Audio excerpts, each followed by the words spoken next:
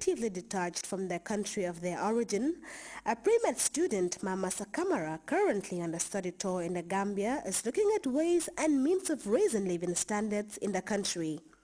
A women's health conference addressing female reproductive health was staged following 2 health fairs where they offered free screenings to the general public. 9 months ago, I decided that I wanted to organize a women's health conference. I decided that I wanted to be a part of a dynamic group of youth ready to contribute to the medical advancement of the Gambia, actively contributing to a society where people no longer lost their lives to diseases and illnesses curable and preventable by today's medical advances. Maternal mortality, breast cancer, cervical cancer, and female genital mutilation took prominence in deliberations by veterans in the health domain, owing to the rather disturbing effects these diseases continue to pose to Gambian women. Which if they are aware of it and they come for a simple test, they will not end up with coming, then it's so advanced cancer that we cannot help them. And I'm telling you, it is heartbreaking for any gynecologist examining a patient who come to the clinic and then you just stand in front of the patient and you say, I'm sorry, you are far advanced and it's not what I can do. And then more heartbreaking is because these kind of women, they are very young women. They are the age between 18 and 25 and then 30 years of age. This collaboration of Gambians of the diaspora and Gambians at home is hoped to serve as a foundation for future endeavors where vital information-building information is shared with women at grassroots level. There are different ways of approaching human health, but female reproductive health is very one efficient and relevant one because therein lies the health of everybody else in society. And they have chosen a few topics out of that vast field of female reproductive health. And I'm sure the presenters and the subsequent discussions will make an impact in terms of not just informing, but also in stimulating reflection about the ways forward with some of those issues. The first Free Young Doctors Public Health Conference, seeking to eradicate the misconceptions of female reproductive health, created a fluid environment between health specialists and participants, gaining a clear perspective on the reality of reproductive health. For Grts News, I am Ajami Sise. Well, operatives of the National Drug Enforcement Agency have made a wave of arrests, netting a number of suspected narco-traffickers across the country in the process. The development comes as the agency intensifies efforts at disrupting the flow of illicit substances in the Gambia. Esitumane was at the NDA briefing, and she now tells us more. A 7-hour undercover operation conducted in the West Coast region by operatives of the National Drug Enforcement Agency on the 11th of July resulted in the arrest of 4 men who were believed to be in possession of cannabis sativa. Lamin Sise, Momodu Ba, Mohamed Conte and Momodu Bari were arrested in Pototo and Brikama with over 30 kilograms of cannabis. On the 11th of July 2012, NDA operatives at Brikama embarked on an undercover operation at the outskirts of Jiboro village in the West Coast region of the Gambia. These undercover operations lasted for 7 hours. It starts at about 2100 hours and ends at 4 a.m. the following morning, that is on the 12th. However, during the course of these undercover operations, 4 suspects were arrested on different time with several quantities of cannabis. The 4 are now under custody and helping anti-narcotic officers in their investigations. In a similar but separate development, Modu Jallo alias Pepe, a notorious dealer according to the National Drug Enforcement Agency Public Relations Officer of Farato, was also nabbed at Jiboro with 11 bundles of suspected cannabis. One Modu Jallo alias Pepe of Farato village, who is a notorious drug dealer in the wanting list of the NDA.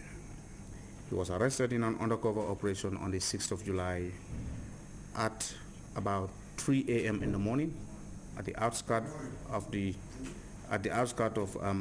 Jiboro village. He was arrested with 11 bundles of suspected cannabis weighing 12 kilograms, 560 grams. The suspect has been under surveillance with the NDA until on the 5th, when we got information that he will be traveling the following day to collect his cannabis consignment. As a result, we later we mounted an undercover surveillance, and he was arrested immediately upon entry at Jiboro village. Ansu Jame and Sheikh Tijan Sane, residents of Brikama and Farato respectively, were also arrested with the said substance. The rise in the trafficking and dealing of cannabis sativa is worrying, and this, according to Ablai Sise, is due to trafficking of the illicit substance across porous borders. We should definitely agree with the fact that due to the geographical boundary or geographical location of West Coast region, definitely this being the case, that is why the region is definitely vulnerable when it comes to drug trafficking. There are a lot of porous borders within that area, and everybody knows that the neighboring country of the southern region of Casamance is definitely neighboring with the region, and it is obvious that there is a rebellion going on there, and the Senegalese authorities didn't have full control over that area. So that is why, according to our statistics, many of these seizures, when you investigate, you will see that the suspects carry it from Casamance to the Gambia. The fight against the use of drugs and its trafficking, according to the NDA PRO, must involve all, since people are either directly or indirectly affected by a menace that poses a threat to the country's youthful population. We, the NDEA, definitely we are urging the general public, particularly those who are living within the borders, to be very much vigilant in terms of illegal activities that are taking place within their environment, particularly drug trafficking. And the NDA is never complacent and will never be complacent in terms of tracking down drug traffickers who are bringing drugs into the country, particularly narcotic drugs.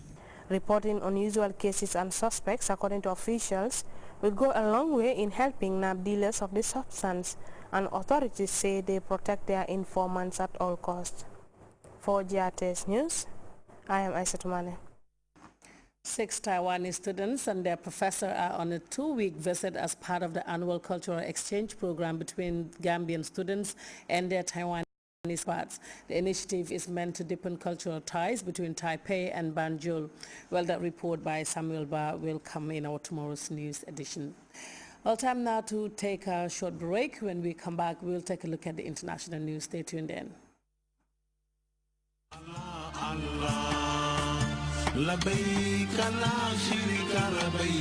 It's traditional that your national GSM provider, Gamcell, takes many of its valuable customers to Mecca each year. This year again, Gamcell will offer 10 more of its valuable customers a complete Hajj package in a draw to be held live on Grts television. Yes, your Hajj is possible by simply loading $50 credit card or Nopal. You can win not only a return ticket to Mecca, but also $1,000 travel allowance, food and accommodation in Medina and Mecca.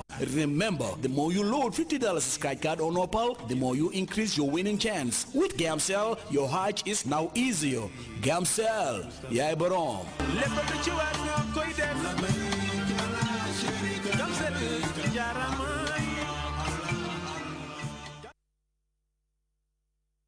Welcome back to the news. UN forces and Congolese military choppers have fired on positions held by M23 fighters who have driven DR Congo's troops from the much of the east of the country. UN helicopter gunships joined Congolese choppers in renewed attacks on M23 positions in the Ituri region near the town of Goma. Senior rebel fighters called the UN and DR Congo offensive a serious provocation and warned of severe consequences. We have details in this report. United Nations forces in Goma are deploying around the city in a bid to stop any rebel attack. Ethnic Tutsi M23 rebels have made strong advances towards Goma and around North Kivu over the past week. The region has been the scene of warring factions ever since the 1994 Rwandan genocide spilled over the border. But this time, the UN is ready for a fight. We are absolutely determined to do everything to block any advance on Goma and any other city as well. On Thursday, UN helicopter gunships joined Congolese choppers in action on Rutshuri, north of Goma. This is the first time UN forces and the Congolese army have fought together since the mutiny in April.